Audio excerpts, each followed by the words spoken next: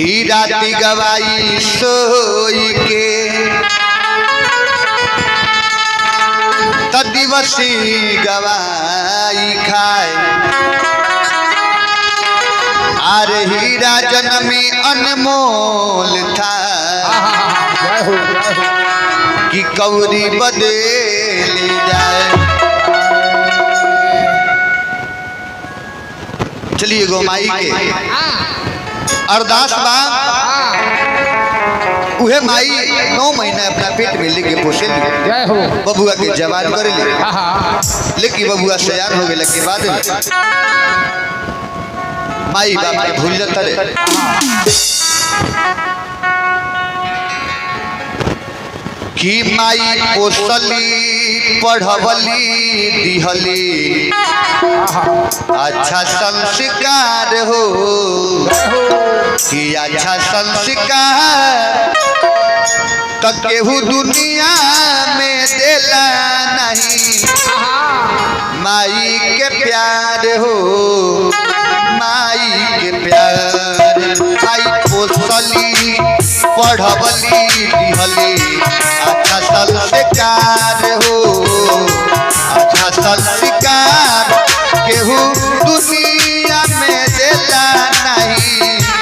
माई के प्यार हो माई के प्यार।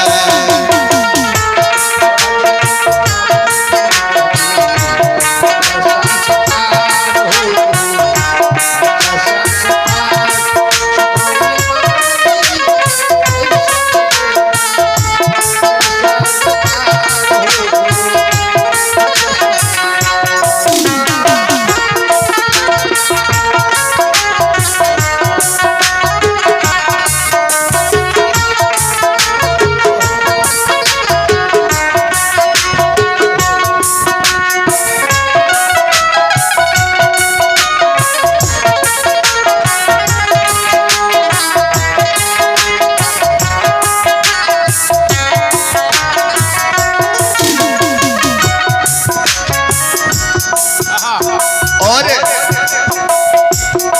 माई बबुआ से कहत रही कि रे बबुओ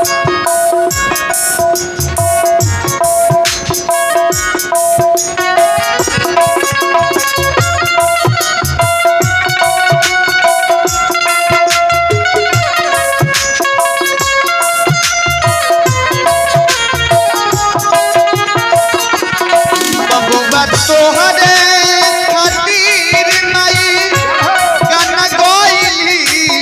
जहाँ जाए कि ना बाबू हो तहाँ गईली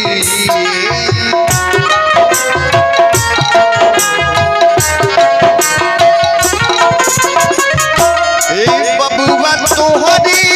खातिर माई गाना गईली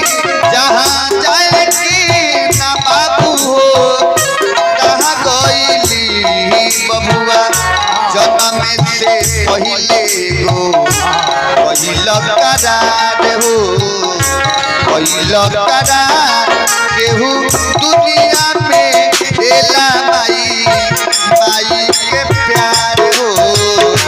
माई के प्यार।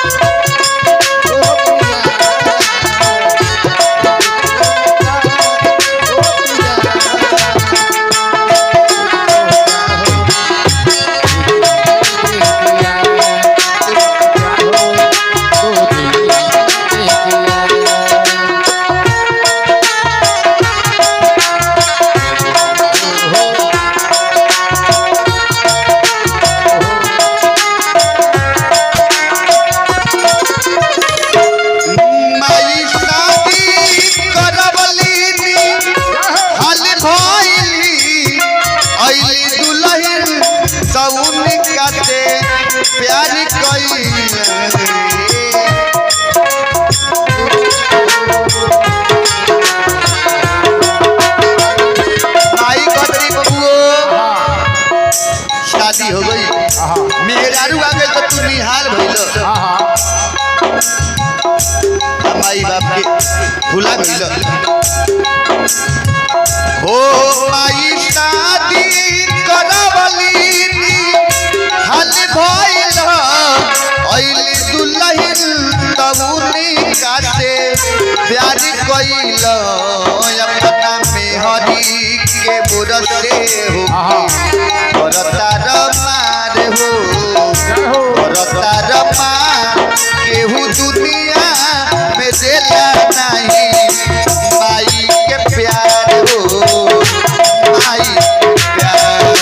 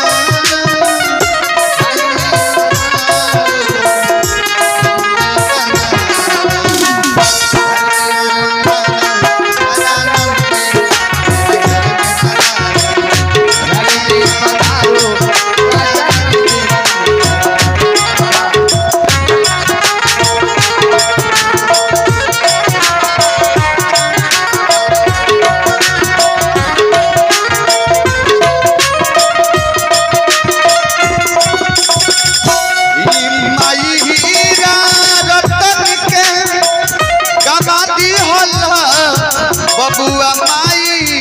में परी के भुला दिहला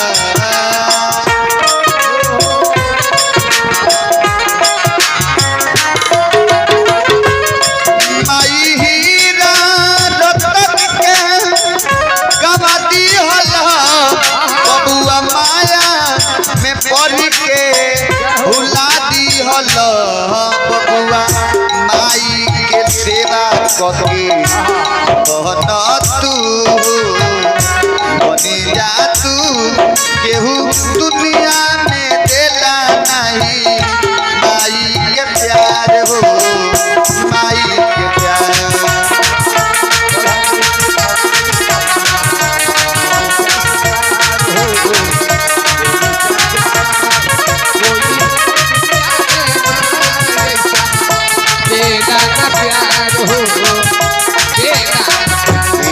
पोतली पढ़वली दिहली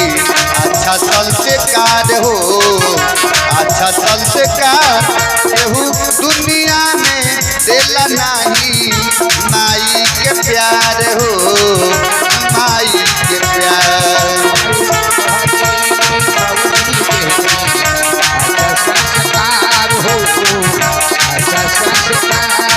कोई दुनिया